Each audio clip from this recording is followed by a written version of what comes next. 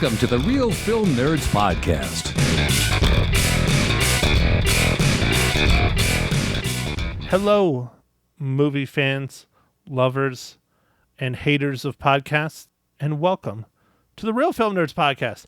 I don't know why I said haters of podcasts, because I don't know. It just came out. It just blurted out. So if you're listening to us, does that mean you hate podcasts, or do you love podcasts, or do you hate me, or do you love Mike? Those are the questions that will be answered on Real Film Nerds Podcast, episode number 276, I think. Does that sound right? Yeah, that sounds right, Matt. It's 70-something. I didn't look it up. We're very behind the times. Mike went on his 4th vacation of the year. I don't know how he does it with multiple children, but he does. Today, episode 276 is not a vacation, at least not for the main characters of the film. We're talking about The Northman, a film that came out in theaters in April, recently hit the on-demands and streaming. So, Mike, why don't you give us the rundown for a film based on your forefathers? I don't know if it's my forefathers, but it's definitely a revenge movie. Mike, you are a Viking, and you know it. All right. So this movie was directed by Robert Eggers. It was written by Sonjung. I messed that up. And Robert Eggers. And this movie is starring Alexander Skarsgård, Nicole Kidman, Claes Bang, Ethan Hawke, and Anna Taylor-Joy. And from visionary director Robert Eggers comes The Northman, an action-filled epic that follows a young Viking prince on his quest to avenge his father's murder. Well, that's a very apt description. What's crazy is, I'll just get it out. This film has a lot of very big-name characters. Not characters, but character actors. Let's go with character actors. And they're not in the film for very long. Like, Ethan Hawke is really not in the film long. Willem Dafoe is not in very long. You know, Bjork is in this film, and she's in it for like one scene. There's a lot of big name star power in here, and they're just not in here very long. And we get a lot of Alexander Skarsgård half naked, which I'm sure my mom loved. We sure do. Okay, Mike, so let's see. Let's get him off the internets. Mike, what are your first impressions of the film about your ancestors? Well, it was, I don't know, it was really intense and kind of visceral, and I really like the revenge of it. I honestly had no clue that it was a revenge film, and right out of the start, I was like, shit, it's a revenge film. Mike is going to love this film. Might as well just not even talk about it because he's going to give it 5 reels. He's going to love it. But I don't know. I thought it was good. The cinematography was fantastic. It was very, very good. The only thing that I think is better than the cinematography, and I don't ever talk about this much, is the costuming. The costuming was out of this world. I really hope that they are nominated for an Academy Award. The outfits were just so intricate, from the simple outfits, the ones of, you know, the Alexander Skarsgård when he's like a more of a Viking fighter warrior, to when he's a slave, to when he's like almost like a king. Like, just the range and the intricacy of all of it. I mean, seriously, the outfits and the costumes were just wow. It really blew me away in this film. Yeah. You know, Matt, I don't think I was paying attention to that as much, but now that you're talking about it, yeah, the costumes were really good. They did some research, I think. It was interesting.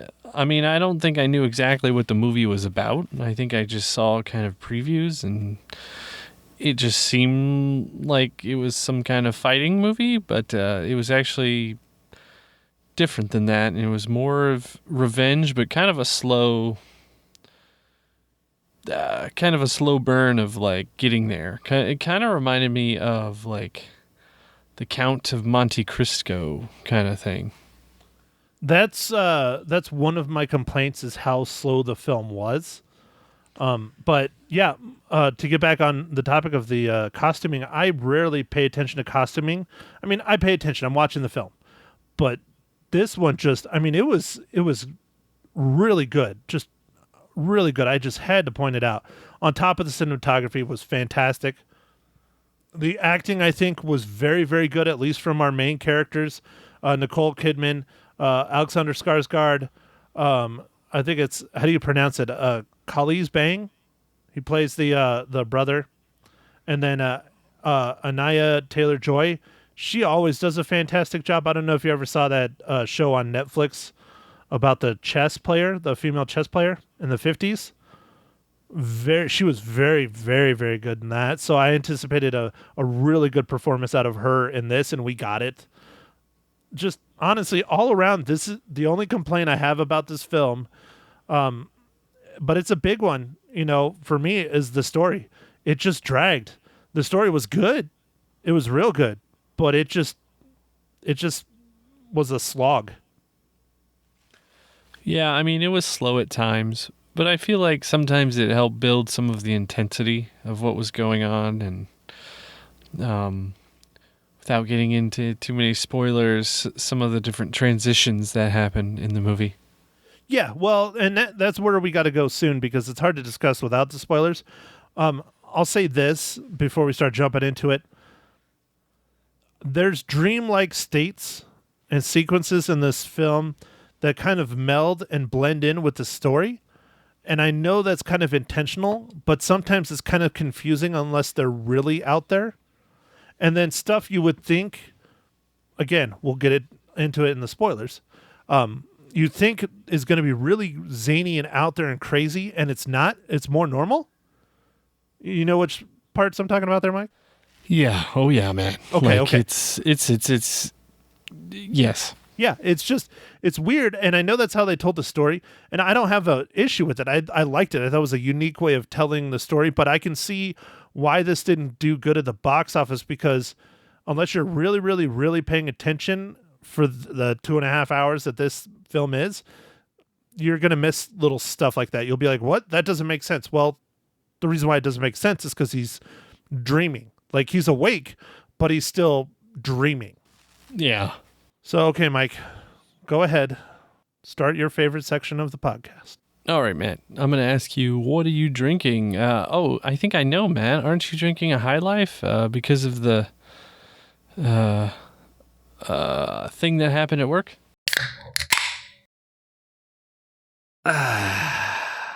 No, Mike. Thank you for asking, though. I am dialed back a little bit. A High Life is a celebratory beer. I am not celebrating. I am drowning in my sorrows. Typically, I would have poured me a nice little glass of bourbon, but I did not because I was racing to get on the pod. I have a fridge beer. It's been in the fridge for too long, but it's a good one. Shinerbach. Oh, okay. Nice. I'm drinking something called New Hazy, and it's out of a brewery called Southern Tier. Like crying tear?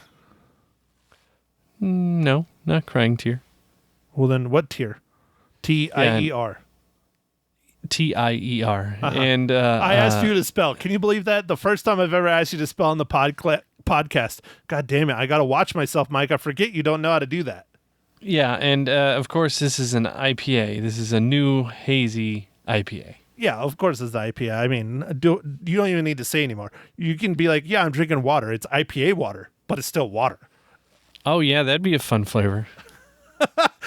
Fizzy IPA water. Ugh. Why Okay. you got to be fizzy? Well, I don't know. Wouldn't you? If you see, that's okay. Not to get too much more off topic. If I'm going to pay for water in a bottle, shouldn't it be like sparkling water? Shouldn't it be fancy water? I'm not going to buy like tap water in a goddamn bottle, right? I guess, man. I mean, come on. It's what the rich people do. I don't know. I'm not rich. So wouldn't you pay the extra 12 cents and get the sparkling? I don't like sparkly water. It's weird.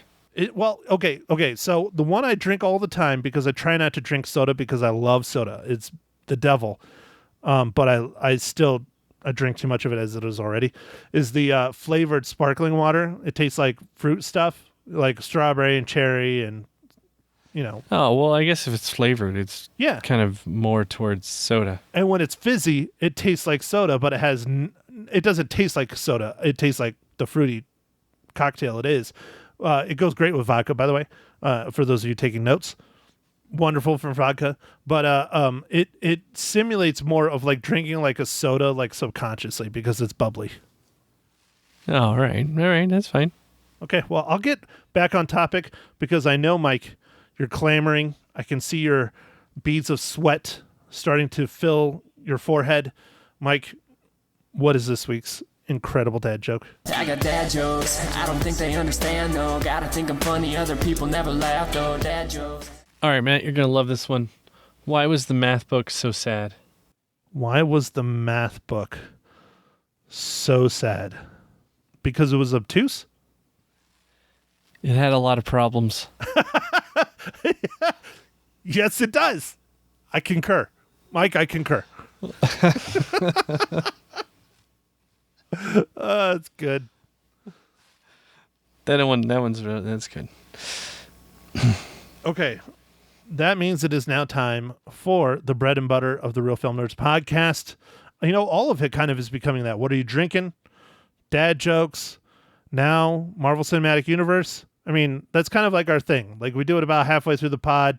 It's what separates us. It's what keeps us ahead of the pack of film podcasts that nobody listens to. We're right up there at the top of film podcasts nobody listens to because of our wonderful mid segments. Mike, let's do it.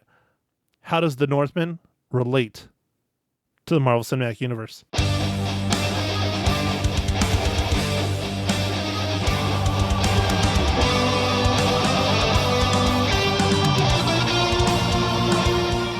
No, all right, Matt.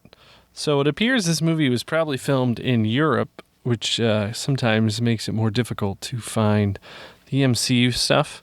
I'm not sure if it was actually filmed in Iceland, but some parts of the movie are supposed to be in Iceland.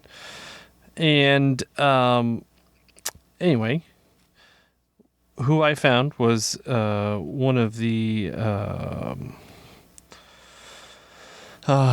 makeup department special effects guys. And his name is Chris Lyons, and he worked on Doctor Strange and the Multiverse of Madness. I can do you one much better right now without looking it up. Okay, who is it? Willem Dafoe. Oh, well, okay. Yeah. Spider-Man. Yeah. He's the Green Goblin, Mike. Yeah, that's true. I know. Well, but I like that you didn't like go for the easy one. You went for you dove deep, you got in there, and you still found it. And I kind of forgot that because he's kind of new entry into the MCU that's old, but new, but old. Right. But he was in the film Spider-Man Far From Home. That's true. So that is an MCU film. And so you don't even need to grandfather him in saying, oh, well, since the Sony movies are now technically Marvel Cinematic Universe. No, he was in the new Spider-Man. It's true, man. It's true. It's good. But he's barely in this movie, which was disappointing. I know. It was cool to see him, and then it was like, whoa, what the hell is this, man? We're just talking to a skull. So, FYI, we are now in spoilers because Mike just spoiled a big part of the film. But yes, Willem Dafoe and Ethan Hawke, in my opinion, are not in this film enough. They really should have been in it more. Bjork, I think Bjork's role and how much she did was on the money. If there was more Bjork, I don't know if I could have handled it. Yeah, I don't even notice if I noticed Bjork. Okay, so again, we are in the hardcore spoiler section, people. Okay, do you remember the section of the film where he's the hardcore Viking warrior, Rus? Rus, I'm guessing, was Russia, right? Is where he was? I don't know. Yeah, let's just say yes. It might have been just a different kingdom. I don't know. It could have been on the island. Who knows? Different time. Way different time. Anyways, wherever he was Rus, and that's where he fled to when he was a little kid after Ethan Hawke exited the film. I'll just phrase it that way. He's an adult. And they're attacking that village, right? They win the battle. They take the village, and it's at nighttime, and I don't think he's drunk. I think he's just wandering around, and he goes into that burned out building, and it has that crazy ass god in there. Oh. That's Bjork, is the crazy ass god. Okay. And that costume was amazing. That was a cool costume. You're right. Yeah. But that was Bjork that did that role. And I think she did a great job. I think she nailed it. It was a weird ass part. Again, that's one of those sequences where they say you can't really tell. Like, it's a dream, but he's awake. But is he really talking with the god, or is it all in his head? Anyways, that was a very cool scene. Yeah, there's several of those in these, like they're like kind of daydream vision type things, I think. Yeah. Well, like, okay, the other one when he gets the sword. Yeah. At the end. For sure. Like sword, he battles that guy, and then all of a sudden it cuts to him standing in front of a dead person taking the sword. I don't even know if that like cave and all that stuff was real. That might have just been a figment of his imagination. He definitely got that sword from somewhere, though. Yeah, no, he had a sword. Yeah, so. I mean, he didn't manifest it. He didn't make it. He went somewhere and got it. But the cave might not have been real. It might have all just been in his head, and he just... I don't know. I don't know. See, this is where I think the general public viewer, not the movie critic, the movie goer, the movie lover, gets lost in this film, and why it probably didn't do well. Because it got great ratings. But again, that's people that see movies all the time. It is a really good movie. It's really well done. It is slow at times. And I think what would turn off some of the general public would be, I think, some of the cultural type things that they're putting in the movie. Like, I think all that stuff with the witches and like Odin and Valhalla and like all that stuff. I mean, it's just part of like kind of the Nordic culture. But it might be too much for a lot of people. Do you think that has to do with being a Christian-based religious society? Yeah, probably. Because that's one, I mean, people have talked about it throughout the years, the generations. Christianity, a lot of Christianity is based in or takes from the former religions of the world, and one of them is very much, it takes from is this Nordic religion. I don't know what it's called. You might know, Mike. I know you've studied all that stuff a lot more than I have. No, I don't know what it is, but I mean, it seemed like there was some very specific things to kind of that Nordic type culture. Yeah, but there's crossovers that hit Christianity and everything.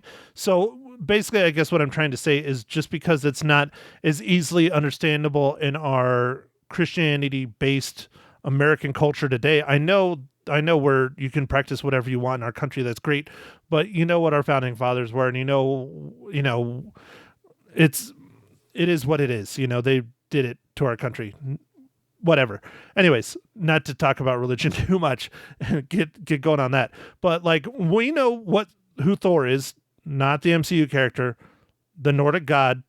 We know the place Valhalla, stuff like that. So all that makes sense. It's all the other stuff like the witches and the different ceremonies and sacrifices and stuff that they do in the film. I think that's probably a big thing that would turn the everyday American moviegoer off. Good way to put it? Yeah. Yeah. Like, yeah, the sacrifices, the different things that they do, like, I don't know, even some of the like rituals with like the dog and like becoming the man. I don't know if that was just something for the movie, or I don't know what that was based on, like. My thoughts, and again, this is just my thoughts. I don't know. I have no basis. It's just my guess, is that the dogs was more of a tribal thing. And then the tribe and the society and the culture he's a part of are known as the dog society or the dog culture or whatever. And that's kind of the animal that they worship and represent and transform into or think they do. again, that's just me guessing. It could be religion. Yeah, I'm not sure either, Matt, but it made for an interesting thing with the movie because there's a couple times where like he kind of like growls at, or at least one time where he growls at a dog, and then other time where he gets the dogs to kind of go crazy. Yeah, no, it worked well. It was a good plot point.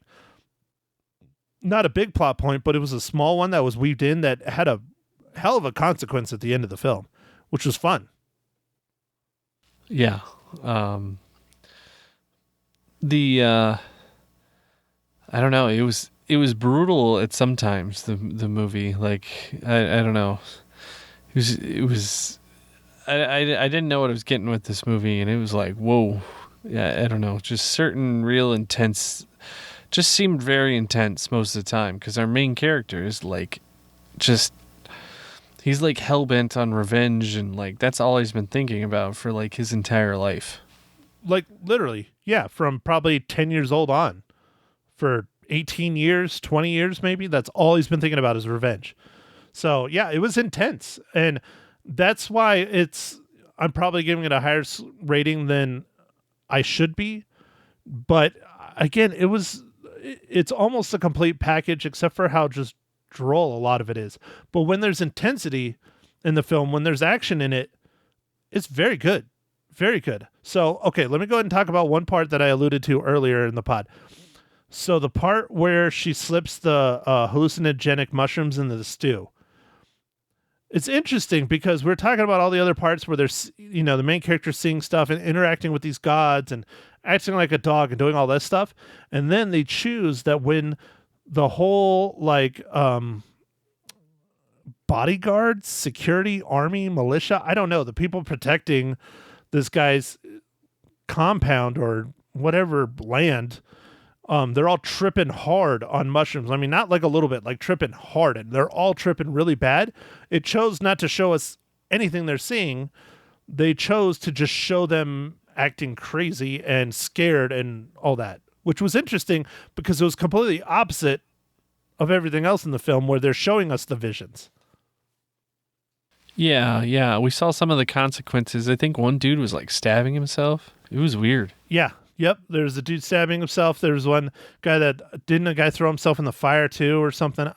I think he was close. I don't know. Yeah, it was a lot of craziness, but it's just interesting because the main character is not tripping balls on anything, but yet he's having visions of gods and visions of this and visions of that, but yet when you are on a drug that will blatantly give you visions, they don't show them to us. It's kind of cool. Yeah, that's true. Yeah, I don't know, man. That was interesting way of presenting it. Okay, Mike. So we're getting towards the end of our time. Do you want me to discuss our ratings, or would you like to discuss what film we are going to be talking about next week? Well, man, I don't know what movie we're going to be talking about, so why don't you enlighten us? Well, Mike, it is my pick. I would like to go back to the theaters if we can. I know you're very busy, just getting back from your 15th vacation of the year, even though it's only June. Mike, I want to go to the theaters and I want to see a little movie called Elvis. Oh, yeah, man. I want to see that too, man. That looks great. It looks really good.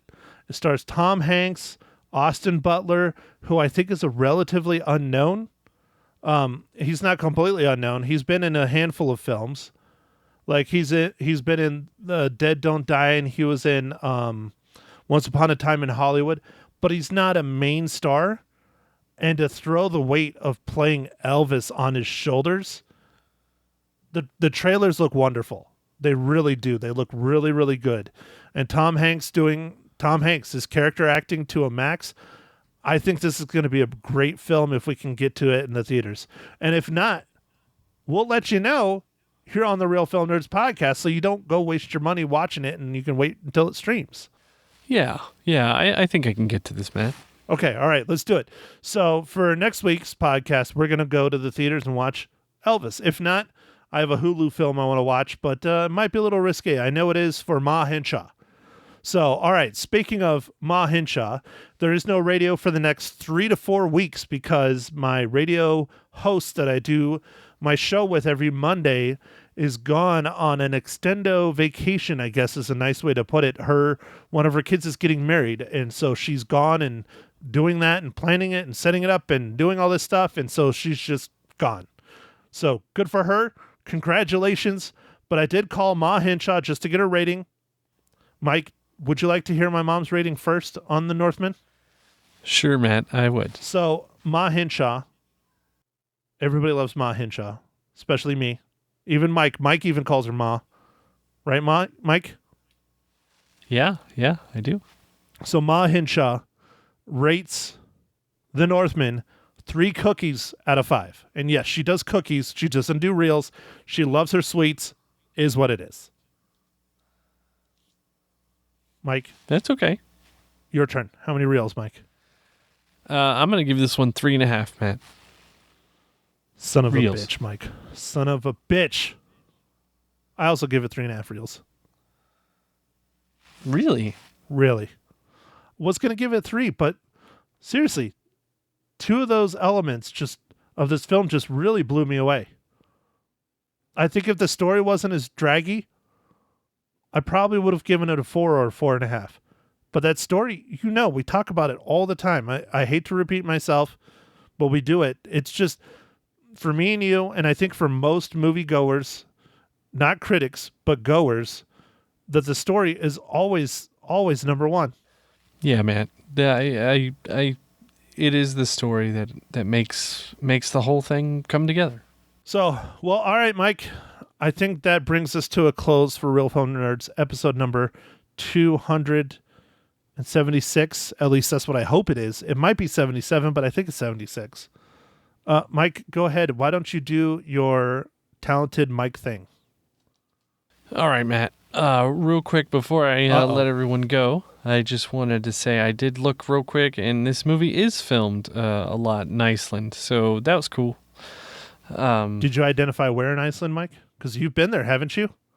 I have, but it's not like I could tell where anything is. They got no trees. I don't know. Damn it, Mike. I thought you were the Iceland connoisseur. It looked like it was summer. There was no snow. That's true. There was no snow in like the whole film. Well, no, that's not true. The beginning, there was a ton of snow. That's true. But yeah, the rest of it, there wasn't. Shit, they must have shot this movie really fast, because don't they have snow there like 9 months out of the year? Yeah, summer's short. Yeah, so they must have, God. And for them to do, wow, I'm even more impressed. I'm still sticking with 3.5 reels, though, damn it. Okay, all right. Well, with that, everybody, thanks for listening. Make sure to follow us on the socials, Facebook, Instagram, and Twitter. And, go out there, stream a movie, or go watch a movie in the theater. The theaters are definitely loving the summer because with Top Gun, Jurassic World, and, I guess Lightyear didn't do too well, but it still brought quite a few people. The theaters are doing well. So, dude, I'll be honest. I went and watched Top Gun again last night on a Monday night because we didn't do the pod like we normally do. I went and watched The Late Show, which on a Monday night in Prescott, The Late Show is 8:30.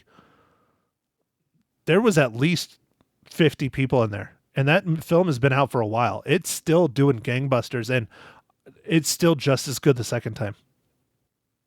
Nice. Oh, okay. Makes me sad, right. though. Like, I legitimately got sad because I'm like, God damn it, I wish I could be a fighter pilot. I've always wished I could have been a fighter pilot, but, when you're a monster, you don't get to do things like that. I can't even drive a goddamn Jeep. How the hell am I going to fly a fighter jet? It's true. I'm cursed. Cursed with height. Hey, Mike, here, not to keep going on this, but do you get asked a lot at, because Mike's tall too. Mike's not like a freak like me. Mike's like normal tall. Mike's like, you're like what, like 6'1", 6'2", something like that? 6 foot. Yeah. Yeah. See, you're like normal tall. I'm like freak tall. I'm not like super freak tall, but I'm above 6, so I'm freak. Do you have people ask you to get shit down from the top shelves? Because I get it all the time. All the time. Yep, all the time. They're like, hey. No, all the time. I won't even be like in the aisle. I'll be like walking past the aisle, and I'll hear some little old lady get real loud and be like, hey, sir. I'm like, I just know that's what they're asking. Hey, can you get those marshmallows up there for me?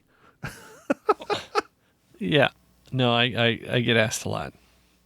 Not always by old people, just vertically challenged. Well, Mike, you know where I live. I live in Prescott, so 75% of the population is old people. But I've had all ages ask me for stuff. You know, it's not an age thing, Mike. It's a height thing, all right? Yeah, it's a height thing. Okay, I'll shut up now so you can end the podcast. All right, everybody. Well, on that exciting note about vertically challenged people, thanks for listening. Thank you for listening to The Real Film Nerds. Now, don't forget to follow us on Facebook, Twitter, and Instagram at Real Film Nerds. Now, go out and catch a movie.